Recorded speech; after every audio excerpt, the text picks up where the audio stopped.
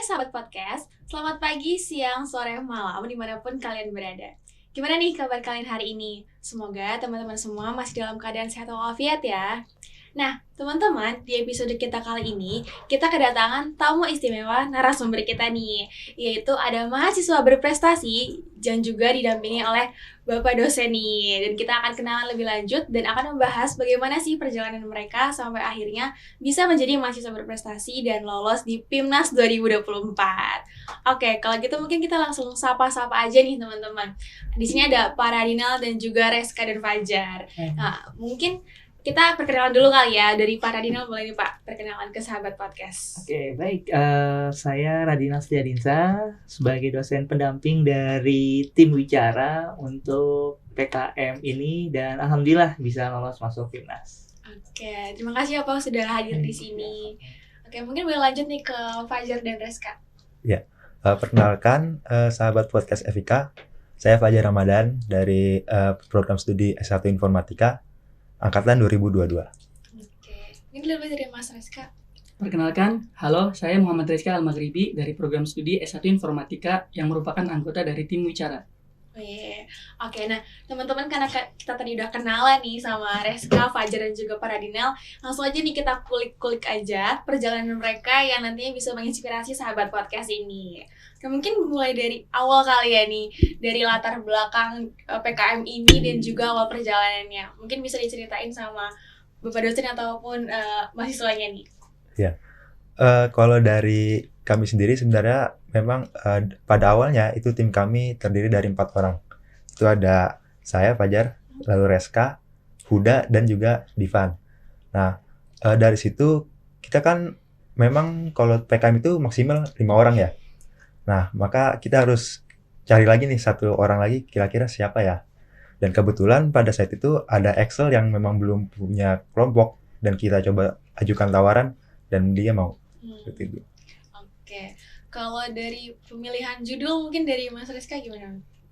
Kalau dari pemilihan judulnya sendiri, kita bisa mungkin menentukan setidaknya ada 3 saran ya, bisa memberikan 3 saran yang diimplementasikan oleh tim Wicara. Yang pertama mungkin literasi, karena ide dari Wicara sendiri itu didapatkan dari salah satu anggota Wicara yaitu Divan Rajaka, di mana di antara kami berempat atau berlima ini Divan yang memiliki literasi dasar, khususnya membaca itu yang paling tinggi terhadap teknologi.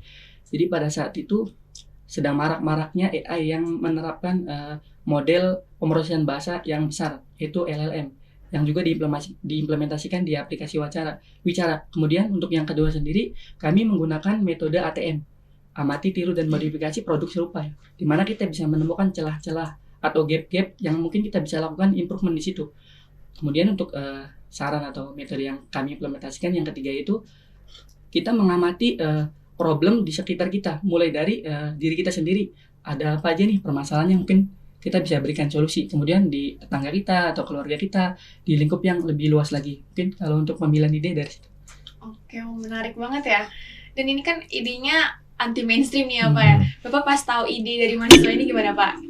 Pertama dapat dari judul dari mereka itu benar-benar berbeda intinya. Ini yang penting itu kalau seandainya PKM itu unik, idenya unik dan istilahnya bisa langsung menjurus ke pengguna istilahnya. Nah, mengenai yang bicara ini dari Glossopia, saya langsung menyarankan coba lihat dulu penelitian dari sebelumnya, dari yang sebelum-sebelumnya apakah memang sudah ada atau belum. Sebab, nah itu sebagai acuan dari Wicara ini untuk melakukan permasalahannya seperti apa. Sebab memang ujung-ujungnya untuk PKM ini lihat dari suatu template. Kalau satu template-nya memang ikut panduan sehingga sesuai, nah itu kemungkinan bisa masuk lolos.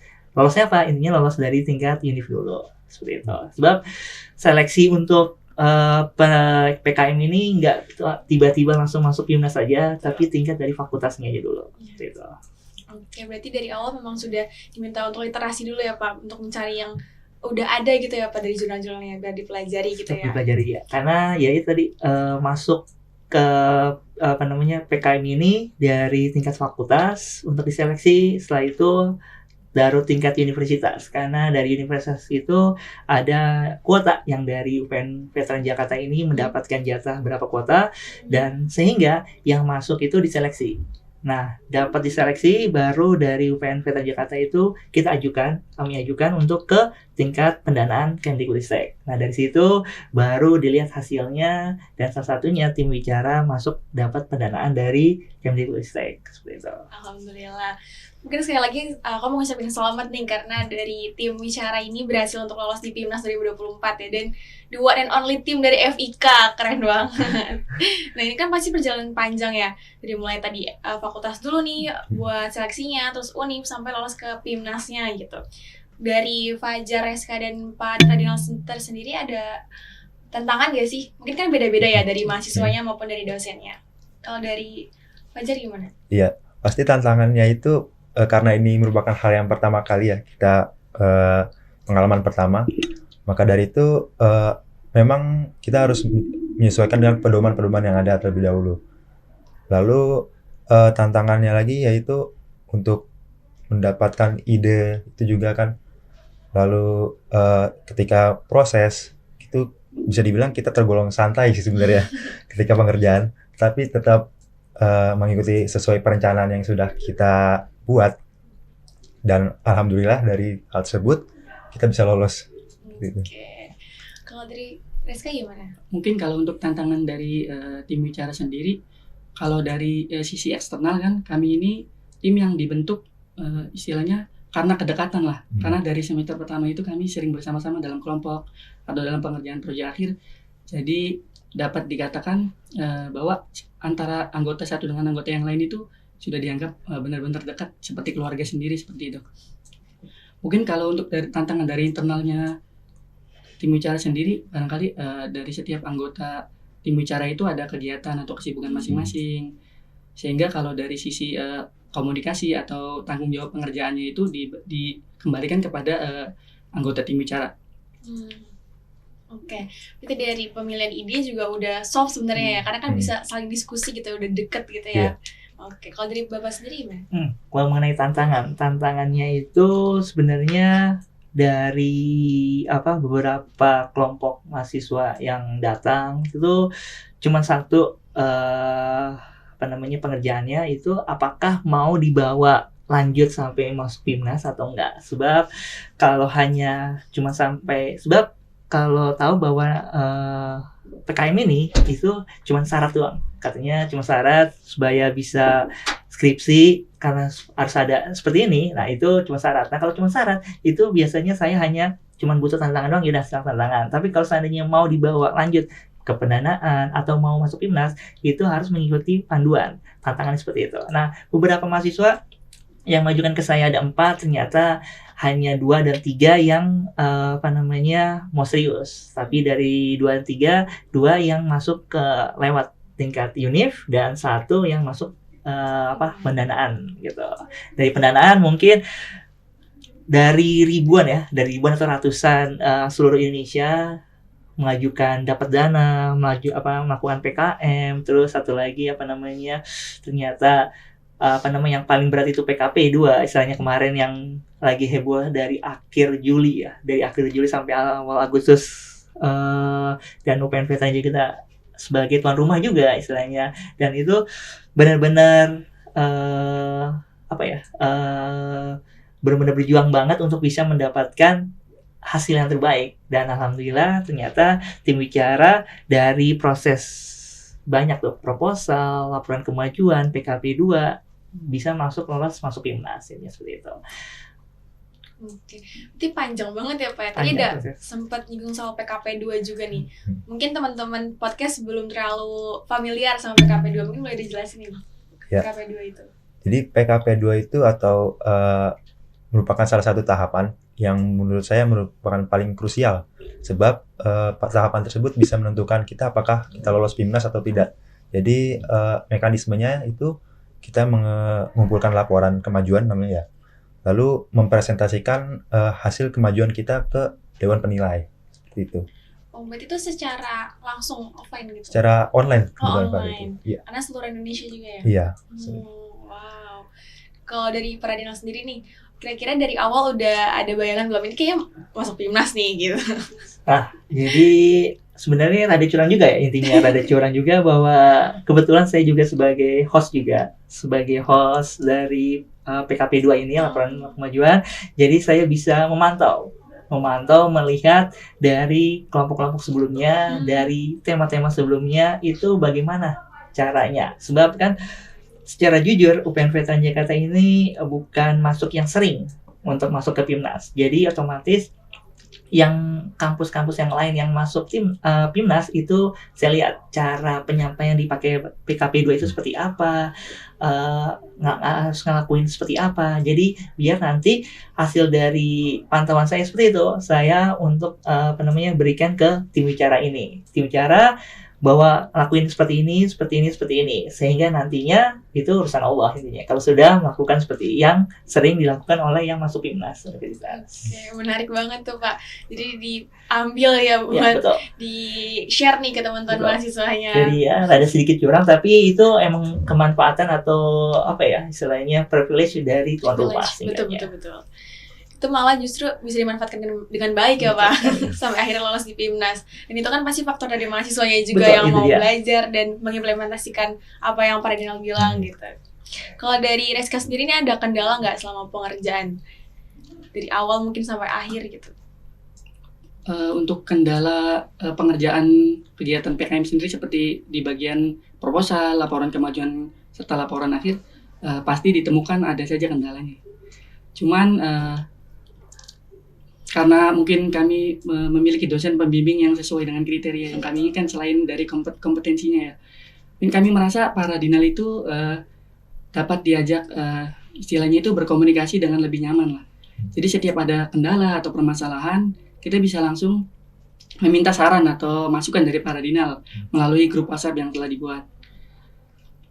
Kemudian untuk dari kendala-kendala yang lain, karena memang dari pihak Belmawa dan Kemendikbudristekristiknya sendiri untuk setiap tahapan itu ada semacam pedoman atau langkah-langkah dan tahapan yang diberikan. Jadi kita bisa dapat gambaran lah bahwa untuk pengerjaan setiap misalkan tahapan proposal seperti ini, untuk laporan kemajuan seperti ini dan laporan akhir seperti ini. Jadi tidak terlalu membingungkan lah. Mungkin seperti itu. Oke, berarti dari segi mahasiswa nih Pak Radinal sangat membantu ya. Iya, Mungkin kita bisa ngasih tips nih ke teman-teman gimana cara memilih dosen pembimbing ya, pendamping buat PKM ini yang pas, yang cocok gitu. Mungkin dari Fajar boleh jawab. Iya. Kalau dari saya sendiri pastinya setiap dosen itu memiliki ilmu yang diperdalamnya masing-masingnya. Maka dari itu ketika kita sudah memiliki ide ataupun solusi yang ingin kita bawa, itu juga disesuaikan dengan dosen pendampingnya. Kira-kira apakah sesuai dengan keilmuannya atau tidak. Lalu juga dipilih sesuai dengan aspek yang kita utamakan. Semisal kalau dari tim bicara itu kita sangat mengutamakan komunikasi karena menurut kami dengan komunikasi yang baik maka dapat menghasilkan hasil yang maksimal. Dan kebetulan memang Pak Radinal juga sudah pernah mengajar kami dan di kelas juga kita sering berdiskusi ya Pak ya. Karena itu kami memilih Pak Radinal. Berarti memang udah mahasiswa yang diajar ya Pak ya, udah kenal ya Pak ya. Rata-rata memang mahasiswa itu nyaman dari suatu pemilihan dosen itu apa yang sudah mereka ajarkan. Jadi seperti itu. Tinggal tergantung dari dosennya tersebut memilih untuk bisa dijadikan mahasiswa bimbingannya seperti itu. Karena yang saya utarakan lagi, tanya lagi ke mahasiswa, apakah memang cuma sebagai syarat untuk pengajuan skripsi saja atau memang mau lanjut nih tahap pendanaan atau bahkan masuk PIMNAS. Kalau seandainya tahap pendanaan maupun PIMNAS berarti harus effortnya lebih lagi untuk bisa diolah proposal ini supaya bisa menjadi benar-benar berhasil ya seperti itu. Oke. Kalau dari Bapak sendiri, dari segi dosen nih Pak, ada tips buat mahasiswa untuk memilih dosen itu yang Pak? Pertama tahu yang sudah diinfokan ke tadi Fajar, cari memang ilmu sebab beberapa dosen itu nggak bisa semuanya. Jadi tahu karakteristik atau cabang ilmunya atau peminatannya, passionnya di dosen itu seperti apa. Terus yang pertama, dan yang kedua benar komunikasi. Walaupun tahu peminatannya, passionnya dosen tersebut, tapi ternyata sulit untuk berkomunikasi. Kenapa? Mungkin sibuk di antara kegiatan yang lain, atau mungkin sulit ditemui. Nah, itu berbeda juga terhadap seperti itu. Terus yang ketiga, yang pastinya mahasiswa itu emang harus effortnya lebih dalam. Wah, ternyata kalau seandainya seperti dosen ini kan bisa sih sebenarnya, tapi kita harus effortnya lebih jauh. Nah, itu butuh tantangan juga lebih lanjut. Jadi memang baik lagi ke mahasiswanya. Yang tahu memilih dosen itu ya yang sudah pernah diajarkan. Rata-rata seperti itu.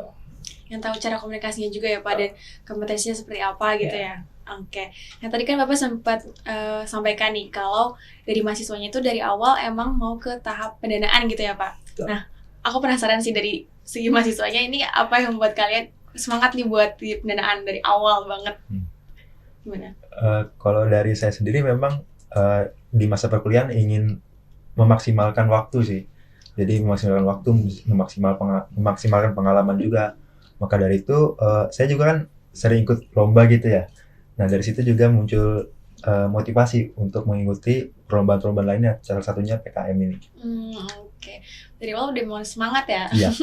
Kalau dari Reska gimana? Mungkin kalau dari saya sendiri itu pribadi ya, mungkin dengan tim juga melihat bahwa PKM ini merupakan ajang atau pagelaran yang cukup prestigious atau bergengsi lah di lingkup mahasiswa selain dari Olimpiade Nasional Mahasiswa kan.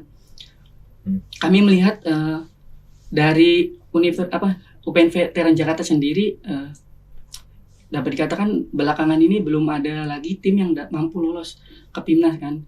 Di mana banyak universitas lain itu banyak mengirimkan perwakilan yang masuk ke istilahnya tahapan PIMNAS lah. Maka dari itu kami memotivasi diri ya, khususnya tim, bahwa kita pengen coba buktiin nih bahwa UPN Veteran Jakarta juga bisa buat lolos ke PIMNAS. Wah, energinya sangat positif ya. Dari awal udah emang semangat buat sampai tahap akhir gitu. Nah, tadi kan mahasiswa udah semangat banget nih Pak. Mungkin kalau dari segi fakultas, rencana ke depannya terkait PKM itu seperti apa Pak?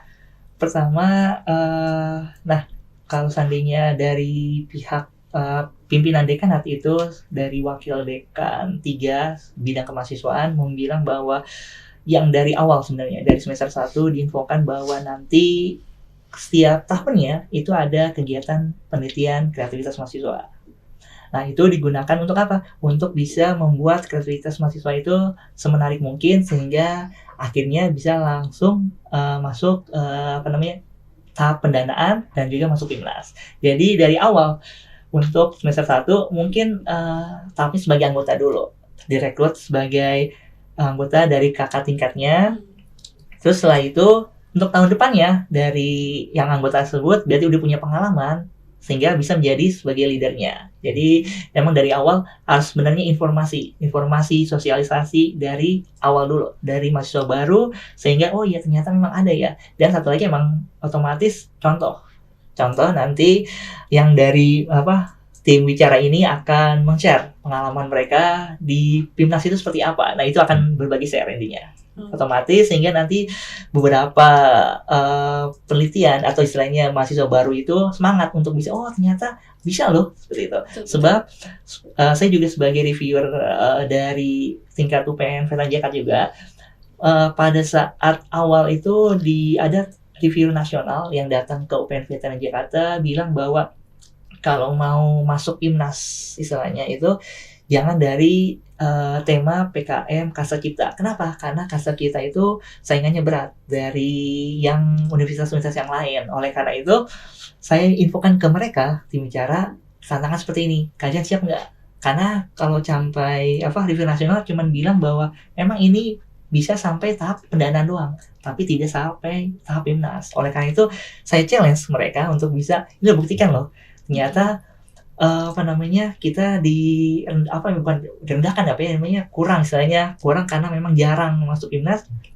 Kalau untuk masuk PIMNAS itu dari tingkat kewirausahaan, dari tingkat mungkin yang menggunakan mitra. Tapi kalau menggunakan yang Kasta Cipta sendiri itu sangat jarang. Oleh karena itu challenge, dan alhamdulillah Wing Bicara ini bisa masuk PIMNAS karena memang bukan terbukti istilahnya, bisa berjuang, bisa bersama-sama untuk bisa masuk PIMNAS ini gitu. keren banget perjalanannya. Ternyata ada salah satu hal tadi ya Pak yang mungkin bisa menjadi motivasi buat mahasiswanya supaya bisa membuktikan wah salah nih gitu. Ternyata kita bisa lolos PIMNAS 2024. Keren. Nah, tadi terkait sharing-sharing nih, aku juga setuju banget. Mungkin ini penting banget ya buat mahasiswa FIK dari segi pemenang PIMNAS-nya mungkin bisa sharing-sharing nih. Apa tips and triknya kalian bisa lolos sampai ke tahap pendanaan gitu. Baik, kalau berbicara tentang pendanaan itu berarti kita berbicara juga tentang proposal. Maka dari itu untuk mendapatkan pendanaan itu proposal harus dimaksimalkan. Contohnya beberapa hal yang perlu diperhatikan adalah dari segi judul. Jadi judul harus dibuat semenarik mungkin, lalu menggunakan kata-kata yang bisa dibilang ilmiah atau seksi gitu ya. Maka dari itu hal-hal tersebut bisa menarik perhatian karena dari proposal itu yang paling utama atau paling pertama dilihat adalah judulnya. Nah, dari situ, dari judul baru masuk ke tahap pedoman. Pedomannya diperhatikan, harus diikuti semuanya dari segi penulisan, dari segi pendanaan juga harus diperhatikan berapa persentasenya, seperti itu. Oke. Mungkin tambahan nih dari Mas Rizka gimana Mas? Seperti yang dikatakan oleh Fajar sebelumnya bahwa yang pertama itu kita harus mungkin membuat judul yang semenarik mungkin nih, yang buat orang tuh melirik judul dari PKM kita kan. Kita dalam tim bicara sendiri menggunakan istilah glossophobiya buat menggantikan buat menganalogikan ketakutan berbicara di depan umum kan, untuk menarik istilahnya kata yang Ibu Catur bilang kan. Ibu Catur banyak memberikan informasi selain dari para Dingal juga bahwa dari tahapan pertama untuk menyeleksi PKM di tingkat universitas itu kami melihat mungkin dari judul dulu nih. Kalau judulnya udah nggak menarik mungkin langsung bisa dialihkan gitu. Kemudian untuk pedoman sendiri yang pertama di proposal itu merupakan tahapan yang paling penting lah buat kita bisa lanjut ke tahapan-tahapan berikutnya. Untuk di bagian latar belakang itu kita benar-benar meriset basisnya itu keilmuan. Data-datanya berdasarkan penelitian-penelitian. Jangan kita sembarang mengambil data gitu. Karena dalam lingkup keilmuan kan kalau kita nggak mempunyai sumber atau acuan untuk kita representasikan kan, itu akan dianggap tidak ilmiah. Jadi mungkin itu tidak bisa diterima oleh dikatakan tidak bisa diterima oleh khalayak di lingkup pendidikan. Kemudian untuk tips selain dari latar belakang itu mungkin ya kita harus benar-benar mengacu kepada pedoman yang diberikan oleh pihak Belmawa dan Kemendikbudristekristiknya sendiri, seperti format dari laporannya sendiri, tata letak, kemudian indentasi, jarak spasi yang terbari dan lain sebagainya. Kemudian kita mulai dari situ kita memberikan atau memaparkan bahwa produk atau karya cipta yang akan kita buat nih punya kelebihan gak nih dibandingkan dengan produk yang sejenis atau yang serupa. Kemudian berikutnya yang paling krusial dari dari proposal sendiri itu adalah di bagian keuangan. Di mana saat kita membuat atau mengajukan dana itu kita harus benar-benar mempertimbangkan bahwa alokasi dana untuk misalkan kebutuhan server sekian, kebutuhan ini sekian. Jangan sampai saat kita sudah mengajukan dana dan kita berhasil lolos ke tahap pendanaan, kita bingung nih mengalokasikannya. Ada dana yang di bagian ini berlebih atau di bagian yang lain dananya malah kurang. Itu kan malah membuat kita jadi kesulitan kan untuk mengaturnya bagaimana. Oke. Tadi banyak banget nih, ada dari segi judul, terus juga budgetingnya, terus diksi ilmiahnya juga, dan mungkin banyak banget ya hal yang bisa di-share nih terkait pengalamannya. Mungkin karena waktunya terbatas, jadi nanti mungkin bisa dijadikan forum nih Pak, agar teman-teman dari FIK bisa tahu lebih banyak lagi. Boleh. Mungkin sebagai penutup nih Pak, dari Bapak sendiri ada tips and trick untuk mahasiswa nggak Pak, supaya bisa lolos seperti tim bicara ini? Oke, baik. Kalau untuk tips and trik itu pertama jangan sampai mau mengajukan PKM ini hanya sebagai syarat doang. Tapi pengen benar-benar bisa lebih minimal itu sebagai tingkat mendapatkan pendanaan. Kalau seandainya sudah punya keinginan untuk seperti itu, maka nanti para dosen itu bisa memudah untuk membimbing atau mengarahkan mahasiswa ini jadikan seperti apa. Kalau seandainya sudah mau seperti itu, insya Allah kalau sudah mengikuti apa yang sudah diarahkan oleh dosen, itu tinggal diserahkan saja kepada Allah untuk bisa dapat tahap pendanaan. Sebab memang sudah sampai semua ya, selainnya dari Fajar dan juga dari SK, dari trik dan tips ini untuk bagaimana bisa lolos minimal sampai tahap pendanaan dulu. Karena sebagai review nasional yang sudah diinfokan pas datang ke PNV aja, itu pertama dilihat dari pedoman, lihat dari pedoman aturan. Kalau seandainya sudah satu nggak sesuai, itu akan langsung hilang lah. Walaupun judulnya bagus, istilahnya mungkin nanti kedepannya bagus, tapi kalau seandainya nggak sesuai dengan apa yang di template pedoman dari Belmawa, itu akan dicoret, terutama dari luaran. Paling penting luarannya itu apa sih dari suatu penelitian atau PKM ini, luarannya mau seperti apa. Dan kalau seandainya luarannya sudah ada, nah itu dapat tahap pendanaan. Istilahnya untuk seleksi selanjutnya. Sebab si Belmawa itu review nasionalnya nggak akan melihat judulnya dulu. Judulnya itu belakangan. Tapi lihat dari pedoman yang sudah ada, itu akan gini. Nah, kalau seandainya dari ribuan ternyata sudah bisa menyaring nih, istilahnya 700, istilahnya kebuang 300, itu kan istilahnya udah meringankan beban, istilahnya dari review nasional. Ceritanya seperti itu kalau seandainya dari seminar. Sehingga memang benar harus dari pedoman dulu, sehingga nanti tipsnya itu memang keinginan dari mahasiswa. Kalau seandainya sudah mau, ya otomatis diarahkan oleh dosen itu akan mau juga. Gitu.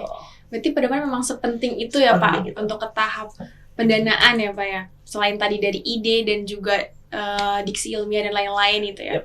Oke. Nah, mungkin itu menjadi pertanyaan terakhir yang menutup podcast kita di hari ini.